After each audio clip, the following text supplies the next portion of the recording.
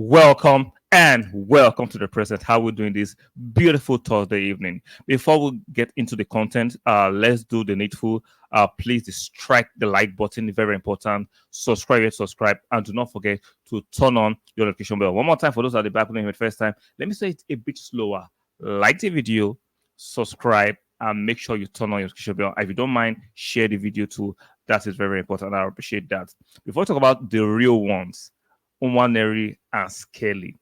Before we get there, so I have this one of my subscribers. Shout out to you who asked a question in the morning, and I promise to actually respond to this. So he asked, "As Arsenal person, I see, but there have been widespread opinion on punditry. We listen to during the Euro that Declan Rice cannot anchor up the number 6 position for any team."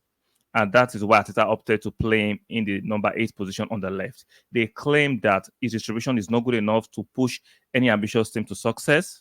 Okay, let me take it off the screen. To success. If Moreno comes and he's played as a left 8, where do you see Ateta playing Rice, Partey, Jorginho, Havertz, Moreno, Odegaard, Nwaneri, and Vieira in his midfield plans? Shout out to you, Dauda 1790, for this brilliant question.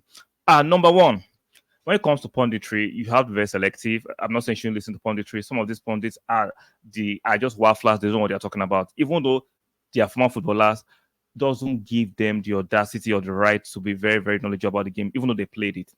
Maradona was one of the best players to have actually graced the beautiful game, but was a horrible manager. So playing the game doesn't mean you know what you're talking about when it comes to the game. So let's talk about Declan Rice real quick. I've said it, even though you signed Declan Rice, I love the player, I still love him to death up to today. But I said Declan Rice it doesn't play the 6. Playing Declan as a 6 in Arsenal, right?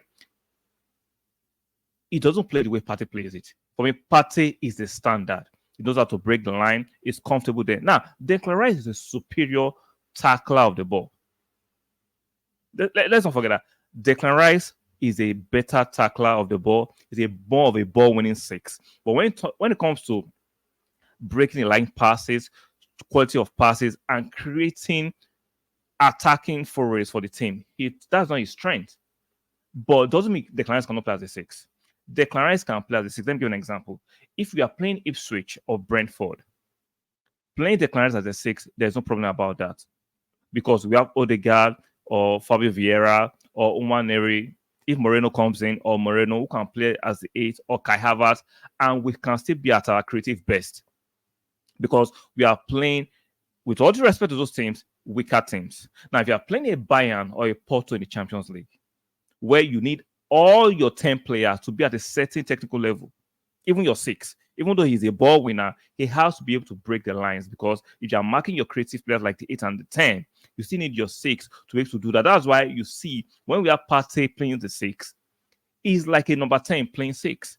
Even though he can tackle, he can win the ball, he can see his choice of passing, his quality of passing, the breaking line passes, he has it. But Declan Rice can win the ball, right, and tackle, but his quality of passing is not of the high level. Back to last year's champions, they went and played Porto and Bayern. You could see clearly Declan Rice's efficiency. You could see it. When a 6 overly relies on his aggressiveness and ability to tackle, and you are playing against technical players on your position, your weaknesses will be exploited. The Bayern and Porto deliberately allowed Declan Rice to have the majority of the ball because they know he is not as creative coming from the deep. Now, when you play Declan Rice as 8, he's actually winning the ball up the pitch and quickly giving it to Odegaard to be the creative habitat of the team, which is easier because you are pressing aggressively. We are in the other opposition's half. It's easier for him to win the ball or up high, and we can actually counter real quickly. It works. But you are playing, like I said, superior teams in the Champions League, or you are playing Man City. Declan Rice can still play as a 6, but it will not optimize our quality compared to when you play Partey as a 6, because Partey is a different monster as a 6. He can win the ball, not as good as Declan Rice, but his ball progression, his drives, his creativity is superior to Rice. So I will not say Declan Rice cannot play 6. He can play it, but is that optimal for his ability? No. If Partey is fit, Jorginho is fit, they are better than Declan Rice playing that six that suits our system. You can see there are nuances to this conversation, right? Declan Rice is fantastic as a six. If you are playing the lower team who does not have the treasure of their threat is not as substantial as the Man Cities, the Bayern, the Liverpools. But if you are playing the lower teams, Declan can play six. He can, but it's better to play a passer as a six if you are playing a higher level of teams. I hope you get my point. So let me see if there's other questions right there. So in terms of Moreno and other players, how we're going to play them, it's a squad game, right? The Champions League format has been changed. We have 8 games in Premier League. Expect there'll be fatigue, there'll be tiredness, there'll be rotation. See, Arsenal want to be able to rotate their team and still maintain a higher level of quality. The reason why it likes Lokonga didn't get games was because they're not matching the threshold of quality in our midfield. So it's a squad game. So we have to have enough players that when we actually rotate to play certain games, the quality and the levels are still high. It's a squad game. So football has evolved more than the first 11. Now you have to have the first 15, the first 16. Look at Man City. What they do is first 16, 17, 18 players. There's no first 11 with Pep. You see him rotating. The reason why we do not notice the drop in quality because when any other player comes in for the other players that are considered starters, the quality doesn't drop. That is what Arteta is trying to get to. So I understand some concern about having this long list of players. How do Arteta fit them in? Like I said, it's a squad team. There is a squad game now. It's not about just the starting breadth for starting 11. It's a squad game. You have to have high quality of players. And all these players that we've mentioned, from Rice to Partey to Jorginho to Harvard to Moreno if he comes in, Odegaard, Nwaneri, Vieira, all of them have their part to play if you are to win the Premier League this season. You can't continue to play 11 players all the time for straight 10 games or straight 20 games. No, they'll get tired, they'll be fatigued, they'll be lots of form. You need high quality in your team as a squad to actually wrestle aggressively and get the title and usurp Man City. So Man City they don't have, aside from Haaland and Rodri, maybe Ruben Diaz, who will start most of the games, you see Pep rotating the Man City squad all the time. So we have to get to that level to rotate our squad all the time to maintain the freshness, the intensity. We play a lot of intensity. So you don't expect the starting level all the time to play with that level of intensity and remain consistent. No, you need rotational quality that are high enough to maintain the standard. So I hope I've answered your question very, very well. So that is what I see during this thing. And regarding the pundits, like I said, especially the English pundits, they are overly biased to their English players. So I don't take them too seriously. I'm not saying I don't listen to them, because even a broken clock can be right twice a day. I listen to them, but I just save out the good ones, the good things they say, and the rest of the nonsense, I just trash it. So I hope I've answered your question regarding how Arsenal will actually manage their midfield this coming season, whether Rice is a good six or not. Like I said, Rice, I see his efficiency as a six in certain games. It doesn't mean he cannot play there. He's not optimal as a six, but he can play there against certain teams. So I hope I've answered your question. Before I go back to the real topic of discussing Nwaneri and Skelly, guys, do me a favor, strike the like button. Very, very important. Like the video. If you're yet to like the video, subscribe. You are new here. Very important. Subscribe to the channel and make sure you turn on your notification bell. Please like the video, subscribe if you are new, and do not forget to turn on your notification bell before. So let's go back to these youngsters. Arteta has been accused aggressively by Arsenal fans and the media. Oh, he doesn't like youngsters. He doesn't like to give youngsters a chance, which is totally false and unfounded. When you say Arteta doesn't give youngsters a chance, what do you mean? Because people just throw out allegations and accusations needlessly. Arteta cannot just be playing youngsters for the sake of playing youngsters. There's a threshold. There's a standard. If you're good enough, you're old enough. So when you give us the Man City example, because they are good enough at Man City to play. Pep is not just throwing youngsters into the fray because he has to play youngsters. No, at Arsenal too, if the youngsters are good enough and they can prove themselves, you will get playing time. That should be the standard.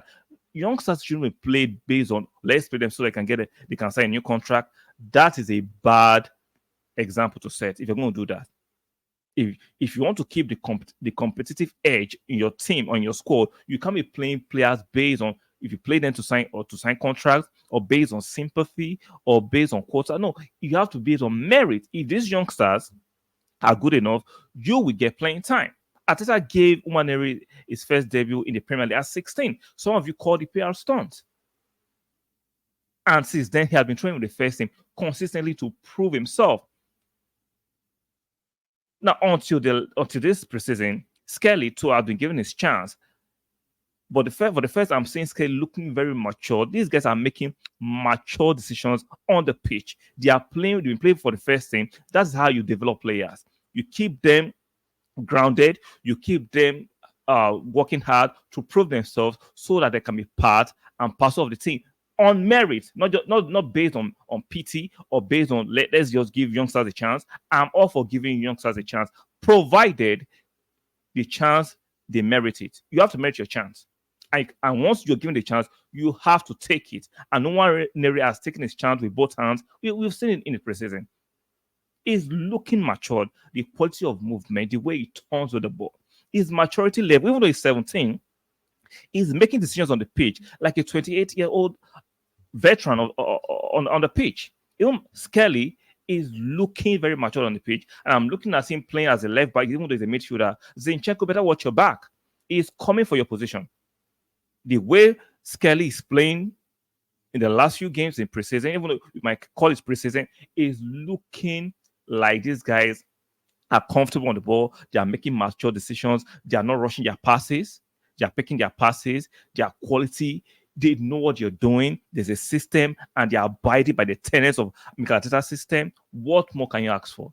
So all those naysayers, all those who were pushing the narrative of Arteta doesn't give youngsters, what we say about these two boys who have constantly been showing that they are meriting their time. And I'm very, very sure, overly positive, overly optimistic that Arteta will give them minutes in the Premier League, not just in the Cup games, in the FA Cup and the Carling Cup.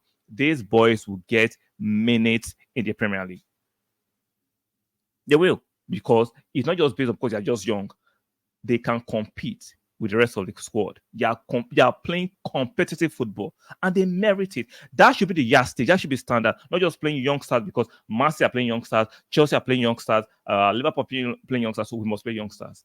When people talk about Man U playing youngsters, they are not competing for the league. See, you have to understand that Arsenal and Man U at the moment are not rivals. Well, we're on a different echelon. So Man U can afford to play certain youngsters, Kobe Mino and the rest, because they are competing for 8th and Europa League. Unlike Arsenal, we are competing for the league. The competition is different. The levels are different. So it's unfair for us to say, oh, they are playing Kobe Mino, they're giving youngsters a chance. Are they fighting for the league? No. These conversations are very nuanced and contextual. So can we apply common sense when we have these conversations? It's easier for Man U, who are languishing in 8th, to play youngsters, unlike us now, who are competing for the league. So if Arsenal is going to play youngsters, those youngsters must merit their spot and have the quality to play at highest level as we are competing for the league and compete for the Champions League. So you have to, these conversations is not just straightforward. So can we apply some sense? I'm just disgusted. I'm offended when certain Arsenal fans just push these conversations like black and white, and it's not making no sense. It's not making no sense. So for me, Nwaneri and Skelly are the real ones. The talent is undeniable. You can see that Arteta said in the post-match conference after we beat Leverkusen yesterday 4-1 that if these boys continue the way they are playing, they will merit their spot in the team. Provided they keep working hard, they maintain the levels, you will, if you are good enough, you're old enough. Whether you are 14 or 15 or 16, if you are good enough, you are old enough. So people pushing for Arteta to just give youngsters for the sake of giving youngsters a chance, it is unhealthy. It doesn't show competitive spirit. It's not what Arsenal should represent at this level. You can't be claiming Arsenal should be fighting for the biggest trophies, winning Champions League and the league, and you want us to play youngsters based on pity. Let's play youngsters based on Man City are playing youngsters, not based on the youngsters are good enough to make their sport. We're not going to do that. We are not going to do that. So, guys, let me know what you think about the potential of these two brilliant youngsters. What do you think? Do you think Arteta will for sure give them minutes in the Premier League, not just in the FA Cup? Guaranteed they'll play the FA Cup and the Carling Cup. But I see them playing more minutes in the Premier League. I see them playing games because they are good enough, in my personal opinion. If you disagree with me, let me know in the comment section. On what do you think about the accusation of that Arteta doesn't give youngsters a chance? Let me know. Do you think it has some merit to it, or you just think it's a fallacy? Let me know in the comment section. And if you have any other questions, leave them in the comment section. Provided they are sensible questions, I will do my best to make videos to answer them. And do not forget, very, very important, like the video, subscribe, and make sure you turn on your notification bell. One more time, like the video, subscribe, and turn on your notification bell. One more time, let me know what you think about these two guys. For me, they are the real ones. They are the real ones. The quality is there, the maturity. They might not have the maturity in age, but the football maturity is evident for us to watch and see. Is evident. So let me know what you think about both in the comment section. And I will see you guys on the next one. Bye for now.